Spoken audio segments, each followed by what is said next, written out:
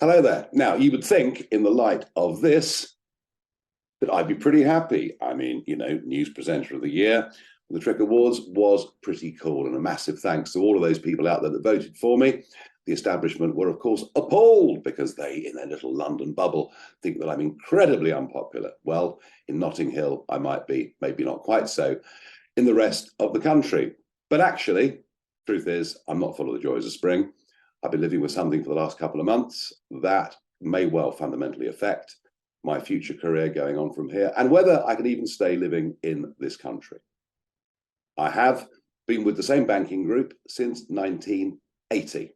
I've had my personal accounts with them since that date and my business accounts right through the 1990s when I worked in the City of London and in recent years too. I'm with one of the subsidiaries of this big banking group, one with a very prestigious name, but I won't name them just yet. I got a phone call a couple of months ago to say, we are closing your accounts. I asked why.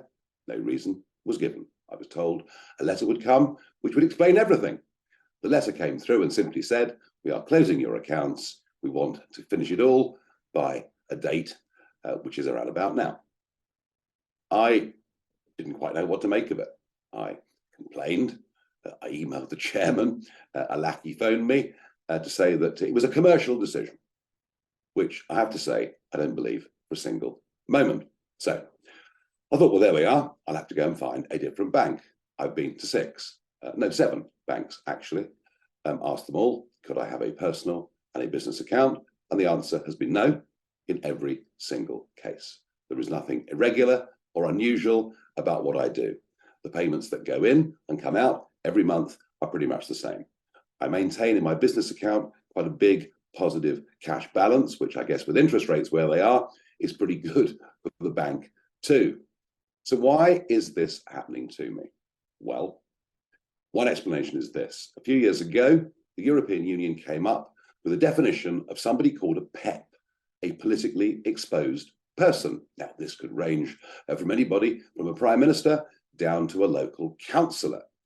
And I think the reason for it was, were people in politics open to bribery? Could foreign governments from Ukraine or China or wherever else it may be, could they be pumping money into the accounts of corrupt politicians? So I kind of understand that and get that. But it's all about interpretation, isn't it? And what the banks argue is that to maintain an account for a politically exposed person gives them increased costs of compliance. Now, I have spoken to the city minister in this country, and there is some hope that this EU definition, which came into British law, may be moderated in some way. We'll have to see. But of course, any bank, any organisation can choose to interpret a PEP and whether they want the account in any way they choose. To my knowledge, I don't think anybody has been treated like me in the world of politics.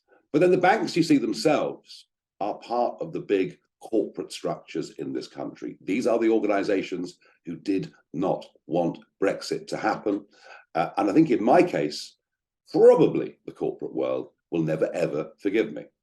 Because they know if I hadn't done what I did with the help of thousands of people in our people's army, there never would have been a referendum, let alone a victory. I'm the one that is to carry the blame. So that's the second possible reason why I can't get a bank account, prejudice that comes from our institutions. But I think there's a third reason. A few months ago in the House of Commons, Sir Chris Bryant, chairman of the Privileges Committee, said, using parliamentary privilege, that I had received large sums of money directly from the Russian government, and he named a calendar year in which it had happened.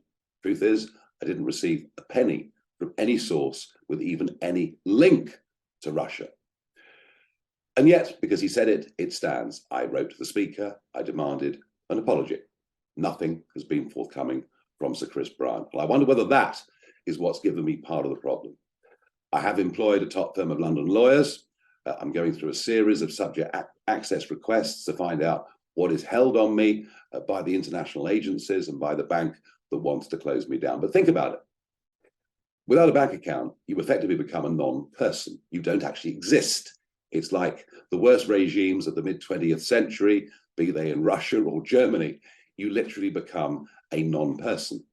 And you don't anymore, you did in the past, but you don't anymore actually have a right to be entitled to a bank account.